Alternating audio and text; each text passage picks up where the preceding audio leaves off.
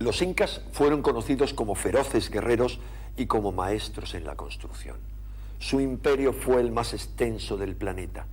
Perduró durante un siglo hasta que un grupo de solo 175 aventureros españoles consiguieron subyugar nada menos que a 7 millones de habitantes. ¿Cómo pudo ocurrir algo así? ¿Cuál fue el motivo por el que estos temibles guerreros no ofrecieron resistencia alguna a los invasores? En este documental, el científico norteamericano William Sullivan desarrolla una investigación propia de un detective para intentar encontrar una respuesta a este intrigante enigma. Paso a paso, descifra los mitos incas y llega a la conclusión de que estos codificaban un registro de acontecimientos astronómicos. Un registro tan asombroso y preciso que puede ser comprobado hoy con avanzados programas informáticos. Y esto le ha permitido a Sullivan descubrir el trágico secreto de los incas. Estos seres libraban una lucha desesperada contra el tiempo. Su propósito era evitar la catástrofe que veían anunciada en las estrellas. Los chamanes de los Andes han conservado hasta hoy el recuerdo de estos asombrosos acontecimientos astronómicos. Y tras 4 siglos de olvido, su mensaje ha sido finalmente descifrado por la ciencia. Si desean acompañarnos en este nuevo viaje en busca de misterios del pasado, podrán comprobarlo.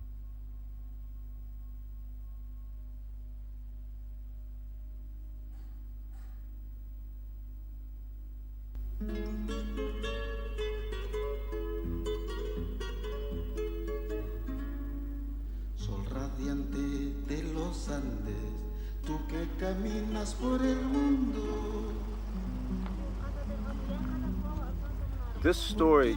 Este relato está impregnado por una emoción que raya en el desaliento, por la indiferencia del mundo contemporáneo respecto al pasado.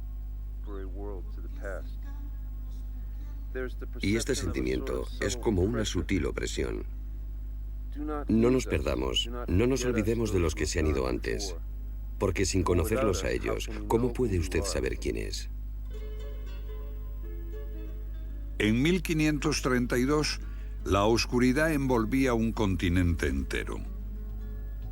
En pocos días, el mayor imperio de esa época se desmoronaba cuando 170 conquistadores irrumpieron en la historia de América.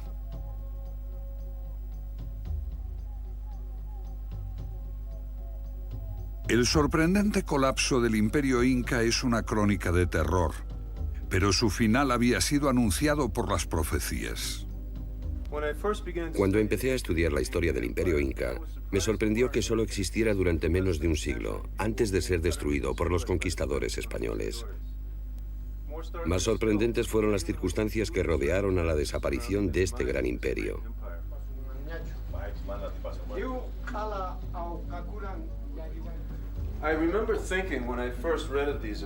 Cuando leí por primera vez lo que había pasado, pensé, ¿cómo puede ocurrir?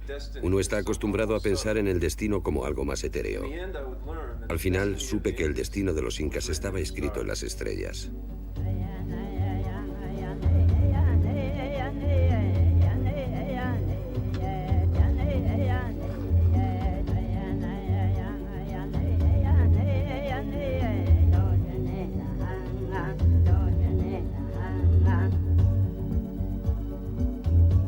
Durante el día, en las tierras altas de Perú y Bolivia vibraba una canción incontrolable. La tierra herida clamaba por sus labradores perdidos desde las terrazas rotas en las colinas abandonadas hasta la desolación del altiplano. Es la Pachamama, la Madre Tierra. De los 7 millones de sus hijos que fueron testigos de la llegada de los españoles, 6 millones murieron después de la conquista. Los supervivientes que sufrieron durante siglos la degradación del cataclismo no lo han olvidado.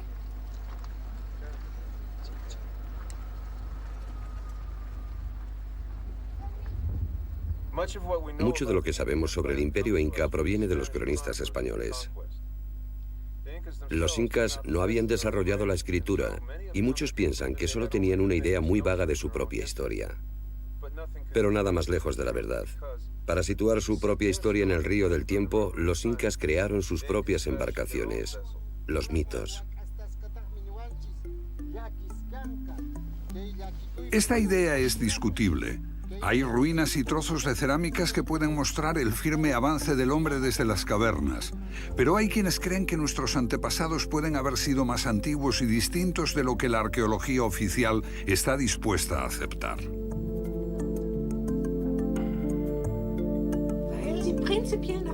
Durante un centenar de años, todos los estudiosos consideraron que nuestros antepasados eran los chimpancés. Cuando Darwin llegó con su maravillosa evolución, cometieron el error de pensar: déjenme amarrar mi pequeña barca detrás de este gran barco. Y así navegamos. Pero la teoría de la evolución está pensada solo para organismos, y nuestros antepasados no eran amebas. Hace 10 años, Herta von Degen escribió un libro demostrando que nuestros antepasados poseían sorprendentes conocimientos sobre astronomía, ocultos y codificados en sus mitos, un conocimiento hasta ahora ignorado. Lo que está en cuestión aquí es toda la historia de la civilización. Puede que no haya ido en línea recta desde los estúpidos hombres de las cavernas hasta nosotros, los listos, con nuestra bomba de hidrógeno y dentífricos a rayas. John West aplicó la geología, la astronomía y los mitos para descubrir que la esfinge de Gizeh debe de tener algunos miles de años más de lo que creen los egiptólogos.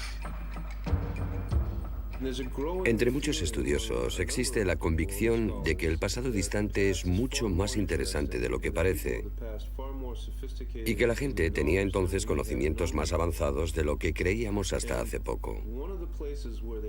Un aspecto al que dedicaron sus esfuerzos fue el estudio del cielo. Y actualmente disponemos de una gran capacidad para recuperar esta información incrementada con las posibilidades que nos ofrecen los ordenadores digitales. Bill Sullivan detecta en los mitos una precisión de conocimientos tan sofisticados como los monumentos de piedra de los incas. Sorprendentes conocimientos de astronomía, impresionantes profecías, las claves para responder al misterio de por qué un imperio poderoso cayó en manos de un puñado de conquistadores. 5 años antes, el último inca auténtico había profetizado la pérdida del imperio cuando agonizaba. ¿Fue esta la causa de la resignación de los incas ante los conquistadores españoles? Los enigmas de los Andes. Vayamos a la búsqueda de sus secretos. Algunos los conocemos gracias a esta anciana alemana y a las desiertas planicies que ella preservó para la posteridad. Aquí está en sus últimos días la difunta María Reiche y la maravilla que es Nazca.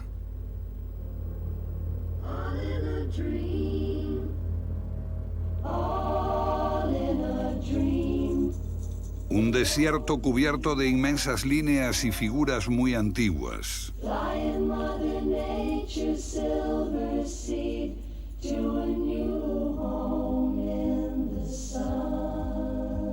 Su significado es confuso, pero debe de tener relación con la astronomía.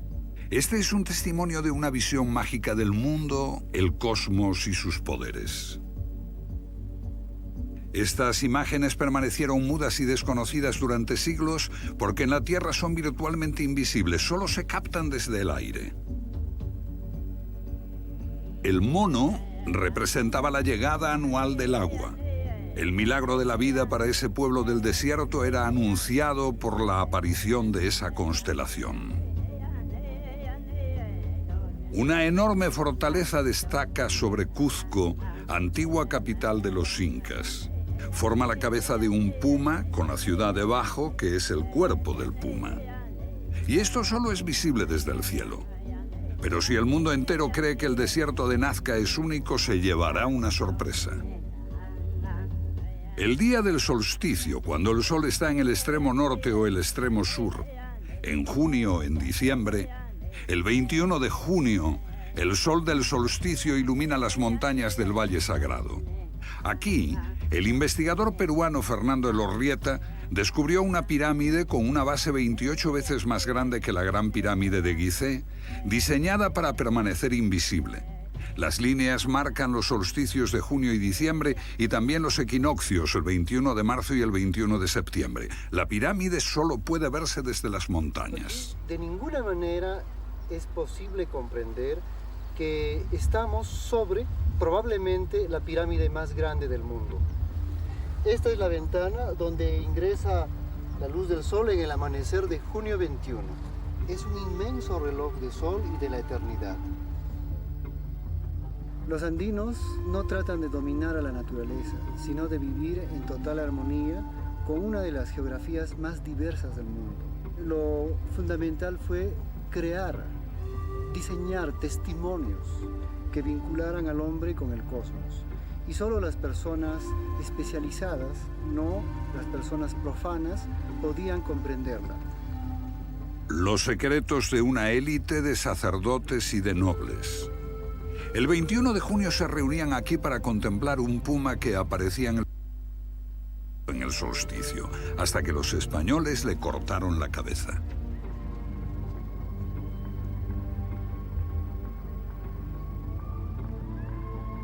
El día del solsticio, el 21 de junio, solo ese día, cuando el sol salía, formaba la cara de un puma. En el solsticio de diciembre lo cortaba exactamente por la mitad. Indicadores del tiempo, un dominio vital para la supervivencia en los agrestes valles de los Andes. Durante mucho tiempo, los Andes solo podían mantener a escasos grupos de cazadores. Los cultivos eran muy precarios en las deslumbrantes altitudes, atravesadas por el viento y las devastadoras heladas. Las selvas amazónicas lo asfixiaban por un lado y el océano y el desierto más seco del mundo por el otro. Cerca del 200 a.C., un impulso creativo de gran pujanza revolucionó la vida en esta región. En todas las áreas andinas se desarrollaron sistemas de terrazas y riego para los cultivos. En un lugar tan inhóspito como los Andes, la agricultura exige a la comunidad enormes esfuerzos coordinados. Se requiere voluntad de colaborar más que de odiar. En ninguna parte eran tan claras las obligaciones de los vivos con los muertos. Hasta hoy, las familias de los Andes se reúnen en torno a los sepulcros en el Día de los Muertos para agasajar a sus difuntos con comida, bebida y conversación. El respeto entre la gente, entre vivos y muertos, y entre el hombre y la naturaleza, era la ley básica del campesinado andino. Se las había dado un dios creador con forma humana, Viracocha. Su imagen permanece aquí, en esta montaña. La tradición sitúa su llegada aquí, en el lago Titicaca. Hace mucho tiempo, Viracocha salió de este lugar para crear la tierra, el sol, la luna, las estrellas. Según el mito, Viracocha creó a todas las tribus de los Andes y les enseñó a vivir en armonía. Este mito es el principal documento de la civilización andina.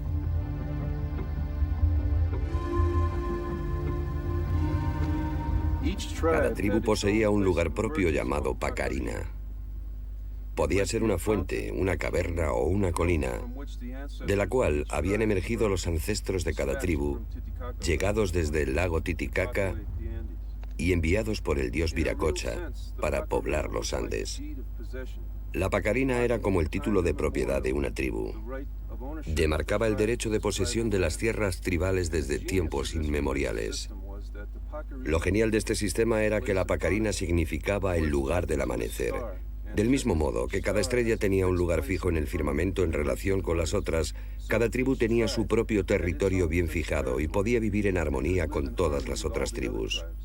En cierto sentido, una Pacarina es literalmente un portal a las estrellas.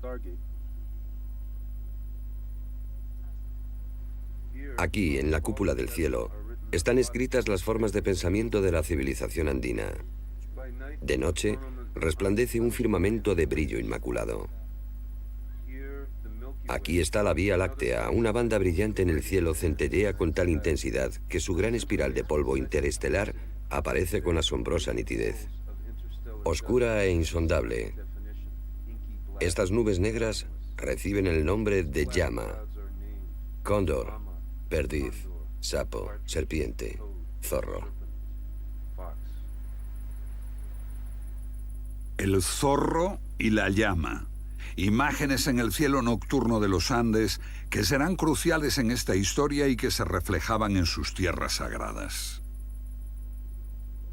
Los incas concibieron de que este valle es sagrado por ser un reflejo en espejo de la Vía Láctea.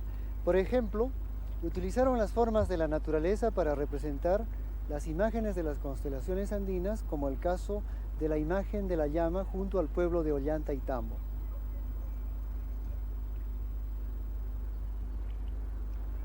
Al igual que los antiguos egipcios, que veían al Nilo como una vía láctea terrestre y construyeron sus pirámides como un reflejo de Orión, la constelación del dios Osiris, también los incas veían a su valle sagrado como un reflejo de la Vía Láctea y utilizaban la naturaleza para configurar constelaciones.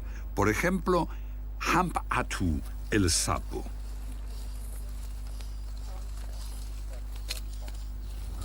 Por encima de la ciudad de Urubamba, la forma de un cóndor que salía en el solsticio emprendía vuelo hacia el sol.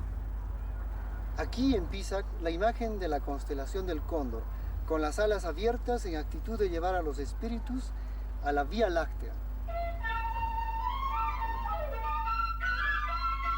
Para los incas, la Vía Láctea y los días de solsticio eran de suma importancia. Ellos creían que estos días eran un puente que conectaba al mundo celeste con el terrestre. El solsticio de junio era un día de ritual sagrado, porque ese día el sol salía en la Vía Láctea y establecía el puente hacia la tierra de los dioses. Además, en el solsticio de diciembre, al salir por la Vía Láctea, el sol abría las puertas de la tierra de los antepasados, permitiendo que los vivos consultasen a los muertos. El tiempo, marcado por el sol y las estrellas, de su importancia para nuestros ancestros no recordamos casi nada. Hicimos todo para olvidarlo. Tenemos relojes digitales. Y deberíamos saber que la manecilla grande es la luna y la pequeña es el sol.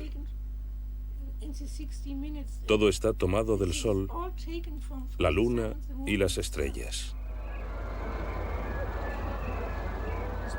Pero nadie ha olvidado. Esto es Coyolurruti, una antigua montaña sagrada de Perú donde cada año 10.000 personas vienen a recoger agua bendita para sus iglesias cristianas. En los días de Coyolurruti también se conmemora un antiguo rito indio.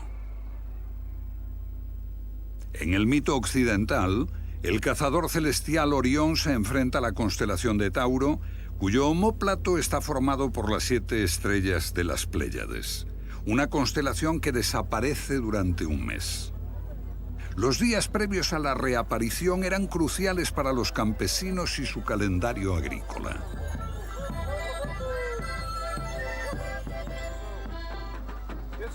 Es el 7 de junio y esta gente viene a celebrar la salida de las Pléyades. Pero la fecha varía a lo largo de extensos periodos de tiempo y es un factor de crucial importancia en este relato. Porque nos lleva a otra época lejana, cuando los pueblos de los Andes experimentaban un Pachacuti, el fin de un mundo.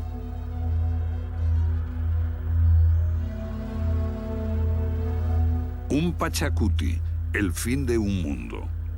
El temor por el Pachacuti y la creencia de que podían verlo escrito en las estrellas es el punto central en la investigación del escritor estadounidense William Sullivan. La llegada de los españoles constituye un Pachacuti para los incas y los Andes, el fin de su mundo.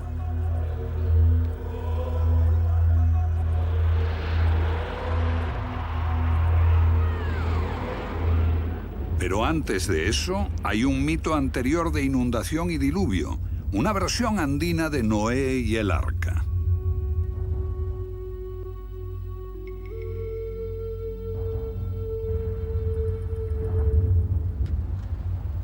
En este mito, la llama dice al pastor que lleve a los animales hasta la cima del monte Vilcacotto, señalando a las Pléyades que se elevan sobre la montaña. Advierte al pastor que en un mes se producirá la inundación. Y mientras suben las aguas, la cima del monte se llena de animales. Ese zorro resbala y se moja la cola, por eso la cola del zorro es negra. En el mito, las enormes montañas como el Vilcacotto simbolizan el solsticio de invierno. Y así sabemos que buscamos justamente lo que dice la llama, la época en que las Pléyades se alzaban exactamente un mes antes del solsticio del 21 de junio.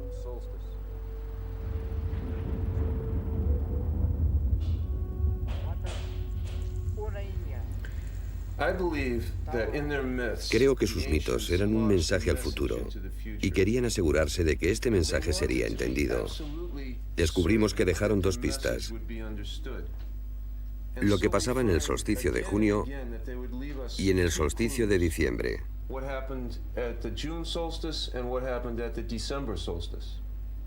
Ahora el ordenador nos muestra los cielos en el pasado.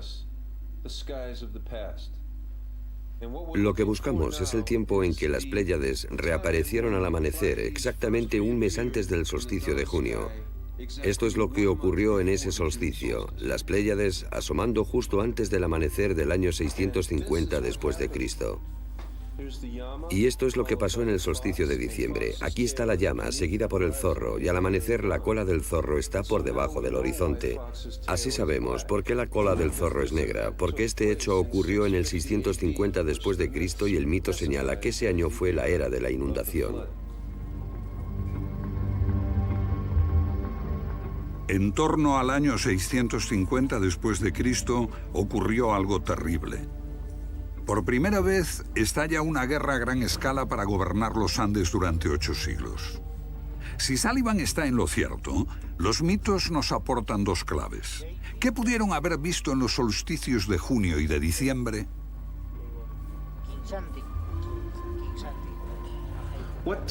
¿Qué terrible acontecimiento hizo que los astrónomos andinos se fijasen en el cielo?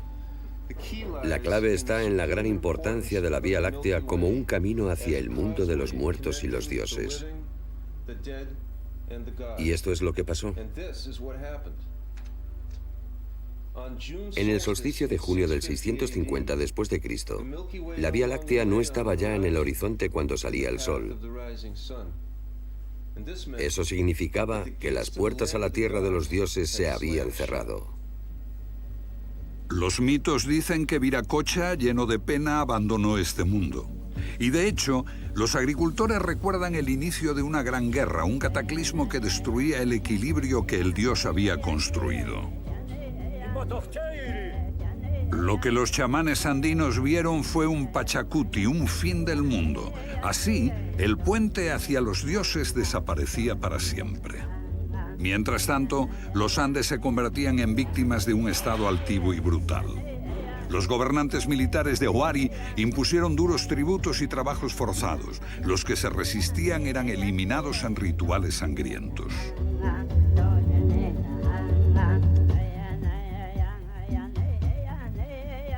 Estas interminables paredes de piedra cuentan la historia de la pesadilla que se precipitó en los Andes. Los señores de Huari obligaron a los campesinos de esta región a que las construyeran. Numerosas barracas como campos de concentración, donde los funcionarios de Huari podían vigilar el trabajo forzado, recaudar impuestos y controlar la producción de objetos de lujo. Las tierras altas andinas implosionaron, tribu contra tribu, valle contra valle. Surgió una nueva élite, los guerreros, cuyo objetivo era someter a los campesinos y perpetuar la guerra a sus expensas. Los campesinos se consideraban descendientes de las estrellas. Los guerreros se comparaban con los planetas, libres para vagar entre las estrellas. Los estudiosos afirman que los pueblos andinos no conocían los planetas, pero en este cielo cristalino parece difícil pasarlos por alto.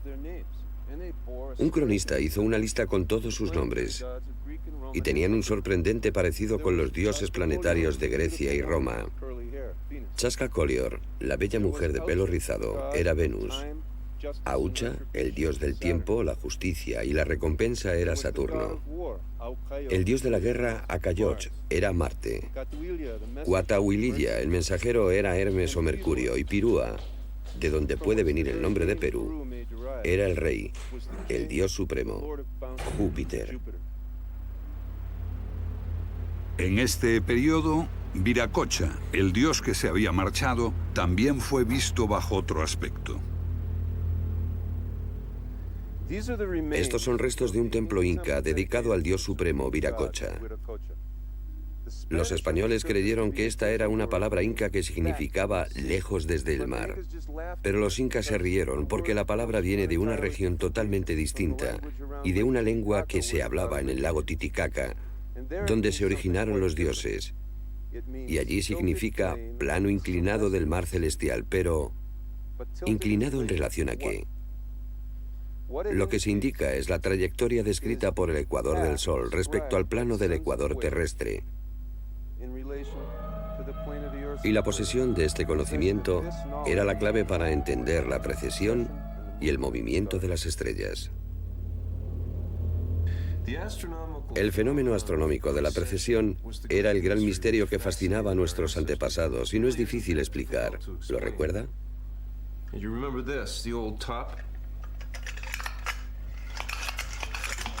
La rápida rotación alrededor del eje es como la rotación diaria de la Tierra, pero hay un pequeño retraso de esta rotación. Un giro excéntrico del eje se produce cada 26.000 años. Desde la Tierra parece que las constelaciones viajasen a través de las épocas. Al aparecer detrás del Sol en su salida, cambian en periodos de poco más de 2000 años. Los conocemos como las eras de Piscis, Aries, Tauro. El zodíaco, tal como lo concebimos, tiene 12 constelaciones. ¿Compartían los incas este concepto? Los campesinos indígenas me han dicho que sí. Tenían un sistema de 12 casas en el cielo. Y allí hay restos de 12 templos, dedicados a cada uno de los 12 linajes reales incas.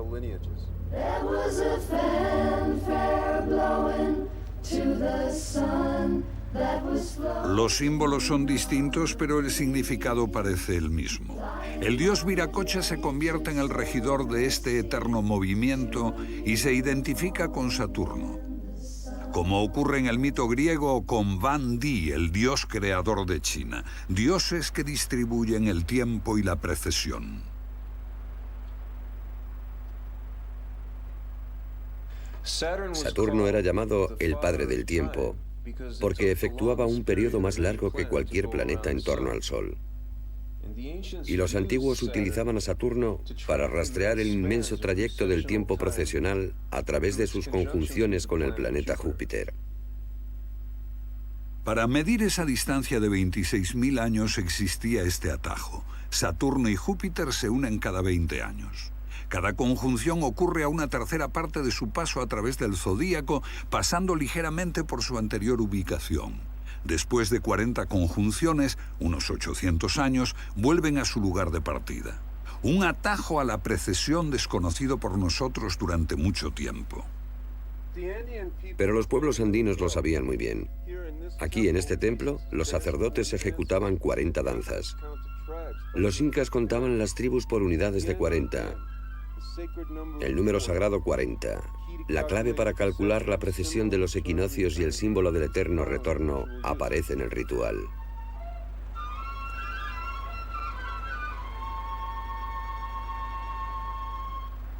Desde la ciudad de Cuzco se difundían 40 líneas rectas a partir de dicho centro.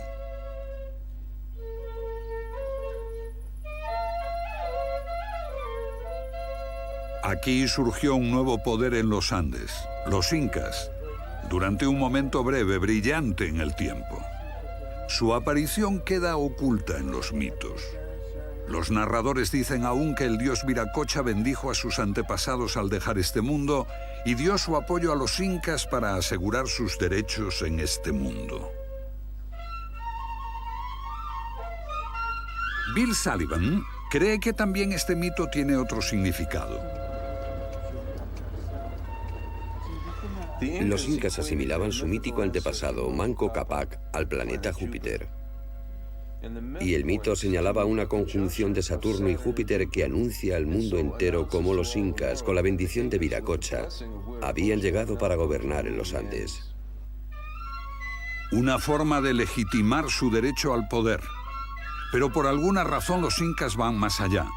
Algo importante sucedió que les hizo empezar a comportarse de un modo muy diferente.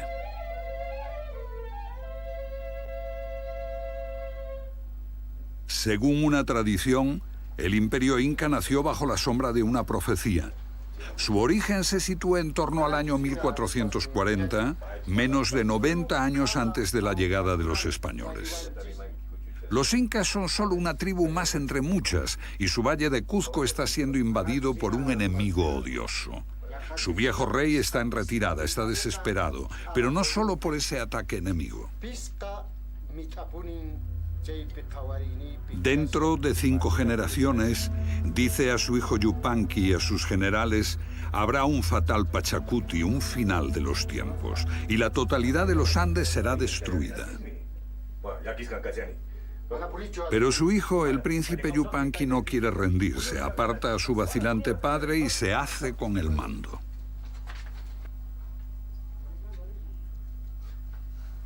Al contrario que su padre, Yupanqui no estaba dispuesto a aceptar la derrota. Propuso algo diferente, una visión revolucionaria, crear un imperio del sol. Esto suponía embarcarse en una misión sagrada, salvar de la extinción a la civilización andina. Los cronistas rechazan esto como una fantasía. Pero si esta profecía existió de verdad, su impacto pudo ser un motivo poderoso para explicar qué ocurrió.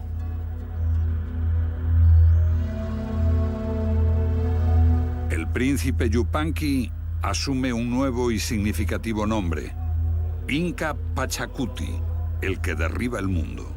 Parece arrastrado por un extraño sentimiento de urgencia.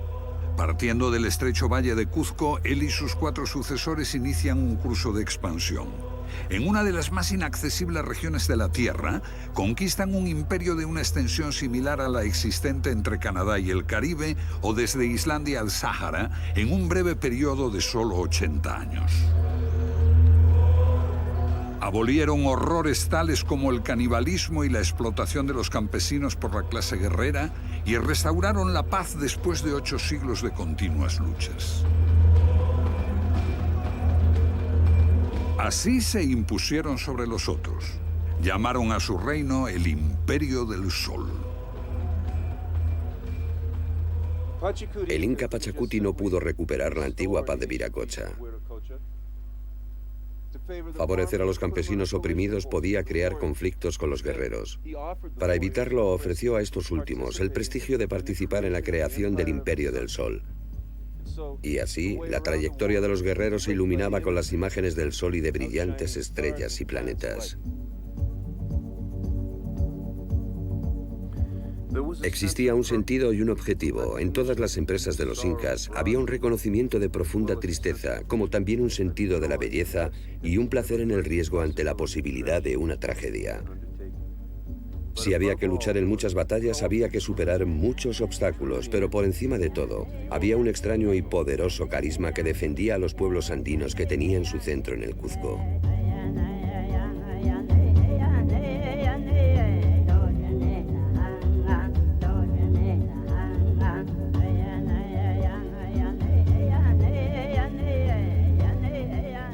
Esta es una de las mayores atracciones turísticas del hemisferio occidental, Machu Picchu. ¿Pueden imaginar el aspecto que tenía esta ciudad inca en sus días de esplendor? A diferencia de otros imperios, los incas no malgastaron su talento erigiendo templos profusamente adornados. Por el contrario, construyeron en la tierra. Por todos los Andes, los incas impusieron un férreo sistema donde cada tribu conquistada trabajaba por el bien común. El dinero era desconocido y la propiedad privada estaba severamente limitada. La grandeza se consiguió centrando todas las energías en la construcción de terrazas, sistemas de riego y carreteras.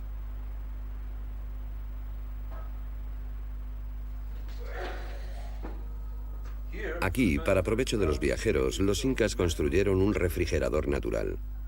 Afuera el sol está en su cenit, pero dentro la temperatura es 20 grados más fresca. El viento sopla en este corredor y se puede ver cómo tallaron repisas. Ponían tablas encima y allí guardaban alimentos. El viento soplaba por arriba y por abajo, refrescando y secando esos alimentos. Al intentar restablecer la armonía de los tiempos de Viracocha, su principal preocupación era la restauración de la magnificencia perdida. Para crear un imperio que no conociese el hambre, construyeron almacenes de alimentos en todas partes. La comida se podía transportar a cualquier lugar del imperio en pocos días para alimentar a la gente hambrienta. Almacenes como este, colocados en lo alto sobre estos riscos donde se guarda maíz que el viento de este valle mantiene seco y evita que se pudra.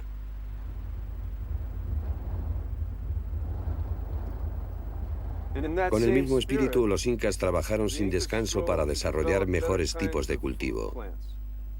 Este lugar, Moray, es una estación de experimentación agrícola y se usaba para adaptar las plantas alimenticias de altitudes más bajas a otras más altas. La planta se cultivaba abajo y cada año se subía un poco hasta llegar a lo alto.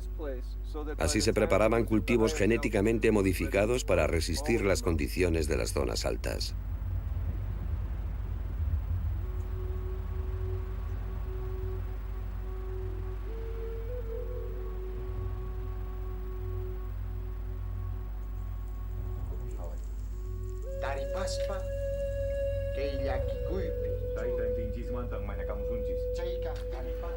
¿Qué impulsaba a los incas? ¿Qué hizo que Pachacuti y su padre mirasen al cielo? Los incas han sido acusados de glorificar y manipular su propia historia. Veamos el testimonio de un grupo completamente distinto, las tribus conquistadas de Huarochiri. Según sus leyendas, hay una llama en el cielo que baja de la Vía Láctea y bebe todo el agua del mar cada noche. De lo contrario, el mundo se destruiría. Y miren esto. Esto es lo que veían Pachacuti y su padre. Igual que en el 650 después de Cristo, cuando un zorro se hundía, ahora es el turno de la llama.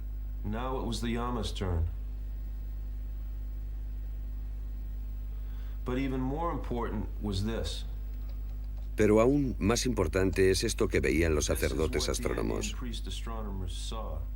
La trayectoria del Sol a punto de separarse de la Vía Láctea. Este sería el puente que llevaba a la tierra de los antepasados, lavados en las riadas del tiempo. ¿Era esta la profecía? ¿Que el muerto ya no volvería más para instruir a los vivos? ¿Fue esta la terrible debilidad de los incas, la certeza de que una catástrofe cósmica llegaría de los cielos? Pachacuti no podía permanecer impasible mientras su tradición sagrada corría peligro. Si era cierto que los hechos en el cielo influían en la tierra, ¿era posible lo contrario? ¿Podían las acciones humanas alterar el curso de las estrellas? Yo creo que era así como Pachacuti concebía la guerra. Una guerra contra el tiempo, porque el tiempo era despiadado. Y por eso había que detenerlo. Yo no conocería esta historia si no hubiese dado con la crónica española del sacerdote Martín de Murúa, uno de los pocos conquistadores que vio los hechos desde la perspectiva de los indios. En esta crónica, Sullivan encuentra más evidencias que avalan su postura. Martín de Murúa registró una leyenda del comienzo del reinado del Inca Pachacuti. En ella, un anciano con barba provoca grandes lluvias que amenazan con ahogar a Cuzco, haciendo sonar la sagrada caracola. El Inca Pachacuti va a buscarlo.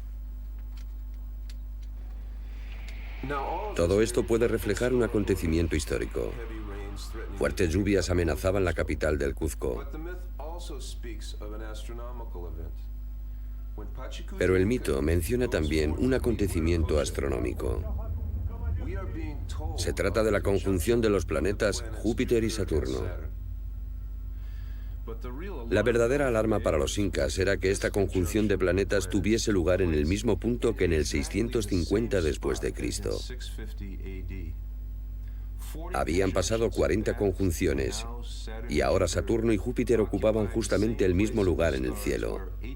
La misma conjunción que 8 siglos antes había anunciado el colapso inminente del mundo anterior. Como todo andino, Pachacuti creía que las señales del cielo anunciaban lo que pasaría en la Tierra. Pero si cambiaban los hechos en la Tierra, ¿se podría alterar el curso de las estrellas? Por ejemplo, si él podía impedir que el mundo cayese en el caos y en el derramamiento de sangre y restauraba el orden de Viracocha en la Tierra, ¿podrían los cielos evitar sus fatales conjunciones? ¿Se podía eludir el destino? Martín de Murúa cuenta que así lo hizo emprendiendo una reforma religiosa. Pachacuti transformó la ciudad de Cuzco en el ombligo de la tierra, con el sol como centro de la religión.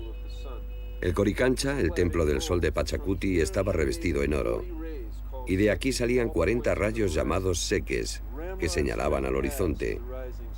Junto a estas líneas hay santuarios naturales, y cada tribu era responsable del mantenimiento de uno de esos santuarios. Y así, como si fuera una telaraña gigante, todos los pueblos tribales de los Andes, los descendientes de las estrellas, estaban ligados con el sol que ocupaba el centro. Y él instituyó esto, la Intihuatana, que literalmente significa para amarrar el sol. ¿Pero amarrar el sol para qué? Para ligar con la religión solar a todos los pueblos tribales de los Andes. Cada tribu descendía de una estrella propia. Si las estrellas no podían moverse en relación al sol, entonces ellos podían ganar la guerra contra el tiempo.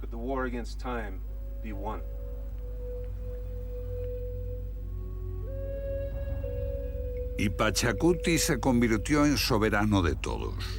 El día del solsticio de diciembre, el día en que el puente hacia los antepasados estaba abierto. Ese día, 10.000 llamas fueron sacrificadas en todo el imperio.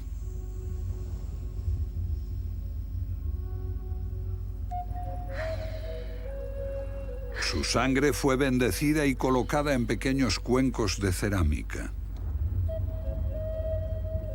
Los mensajeros llevaron los cuencos a todo el imperio para arrojarlos en la cima de cada colina o montaña.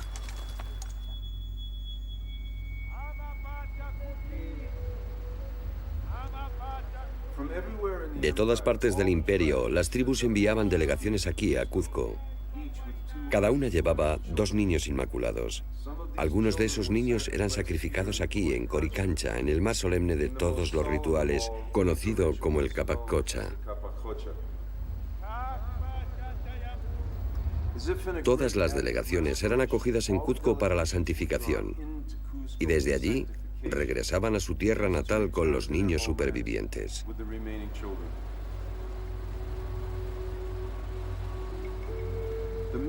El significado del Capac Cocha había sido un enigma desde el principio. Yo creo que su secreto está en el significado de la misma palabra. Capac era el rey sacerdote y astrónomo, y Cucha significa súplica, la súplica del rey, porque era gracias a esta súplica del Inca que los niños sacrificados viajaban a las estrellas.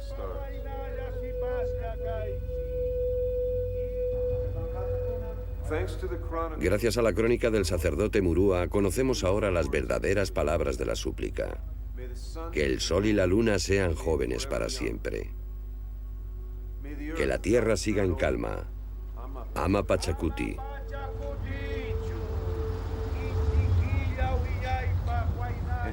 Y que haya paz. Pero con todo un imperio bajo control y en paz, ¿dónde estaba la guerra? Creo que existía solo una guerra para los incas, la guerra contra el tiempo. A lo largo de las sendas que partían de la sagrada Cuzco, atravesando montañas y hondonadas en continuas líneas rectas, los niños acudían al sacrificio.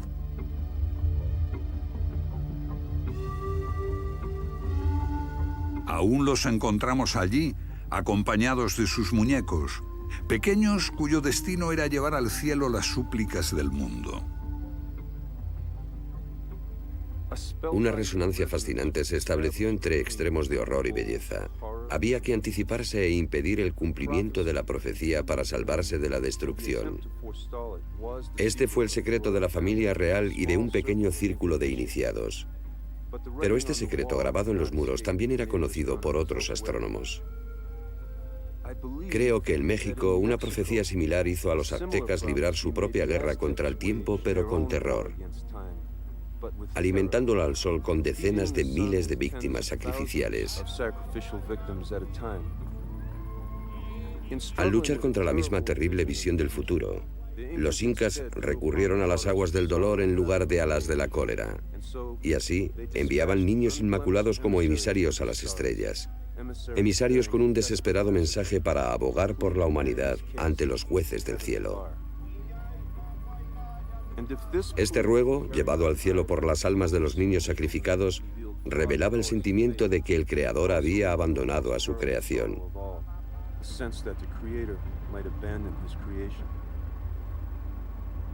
Esto, creo, fue la estrategia desesperada que los incas aplicaron para evitar el fin del mundo. Pero si quieren hacer reír a Dios, cuéntenle sus planes.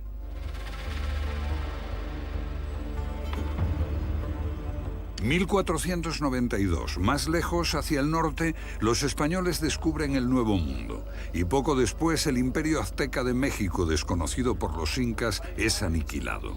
Solo unas décadas después de que el gran inca Pachacuti fundase el imperio inca, el más grande de su tiempo.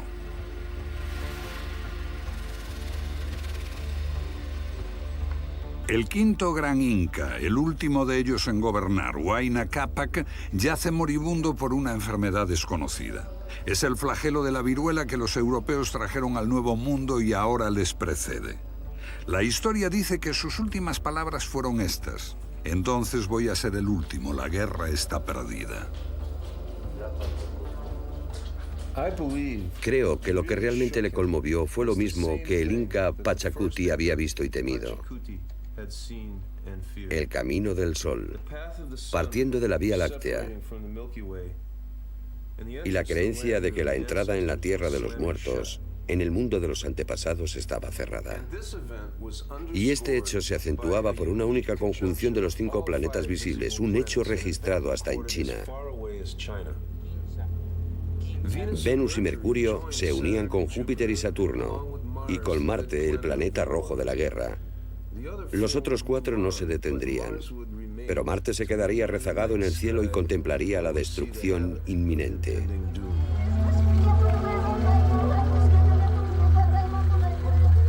La viruela que mató al último inca acabaría con la mitad de la población y doblegaría el ánimo de la gente.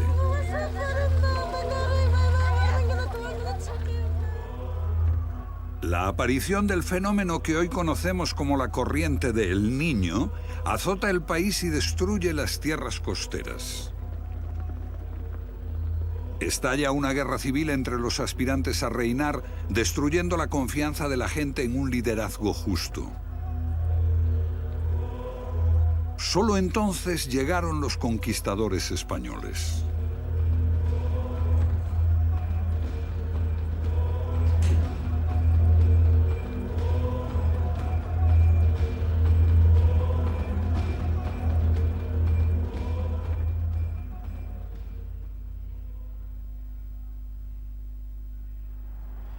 Esto es todo lo que queda del Templo del Sol, el corazón del Imperio Inca. Estos muros estuvieron recubiertos de oro para reflejar los rayos del sol. Los conquistadores españoles lo arrancaron, y sus restos yacen ahora empequeñecidos por el monasterio dominico que se construyó encima. Nada podría simbolizar mejor el efímero brillo y la trágica desaparición del Imperio Inca. To the sun that was floating on the breeze. Los chamanes andinos fueron aniquilados, torturados, mutilados, golpeados hasta la muerte, desmembrados, quemados vivos. El gran río del conocimiento que fluía por los Andes quedó agotado, reducido a polvo, a una caricatura de sí mismo. Los exterminadores contaban con delatores, hombres pequeños con rencores pequeños, hombres asustados agarrados a las negras faldas de los curas. Mientras la voz de los Andes se silenciaba, lo que quedó fue un legado, relatos deformados por el tiempo, mensajes codificados, mitos.